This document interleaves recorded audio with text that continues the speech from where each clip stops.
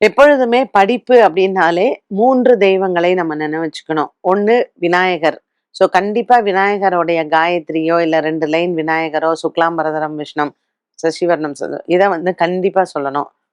2வது ஹயக்ரீவர். ஸோ ஞானானந்தம் மயந்தேவம், நிர்மல ஸ்பட்டிகாகிருதம், ஆதாரம் சர்வ வித்யானாம், ஹயக்ரீவ உபாஸ்மகே.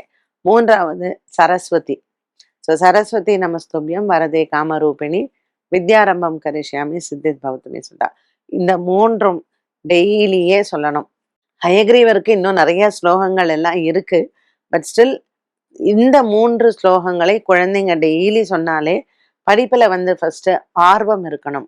அந்த ஆர்வம் இருந்தால்தான் படிக்கக்கூடிய அந்த அந்த உந்துதல் வந்து வரும். 2வது படிக்கிற விஷயங்கள் மைண்ட்ல ஏறணும். அதுக்கு ஹயக்ரீவர் வந்து ரொம்ப உறுதுணையா இருப்பார். இந்த மைண்ட்ல ஏறக்கூடிய விஷயங்கள் மனசுல வாங்கிட்டு அந்த பசங்க ரீப்ரொடியூஸ் பண்ணணும்.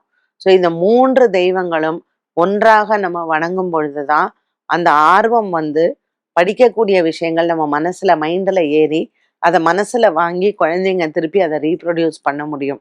இது குழந்தைங்கன்னு இல்லை, பெரியவங்க கூட எந்த ஒரு விஷயம் நீங்க செய்யும் பொழுதும் அதை நம்ம படிக்கும் பொழுது நம்ம மனசுல வந்து அது பதியணும். இந்த 3 தெய்வங்களும் குழந்தைகள் மட்டும் இல்லாத எல்லாருமே டெய்லி வணங்கினால் நம்ம என்ன வேலை செய்யறோமோ அதுல ஒரு ஆர்வம் வரும். செய்யக்கூடிய வேலை நமக்கு அது பலனையும் தரும்.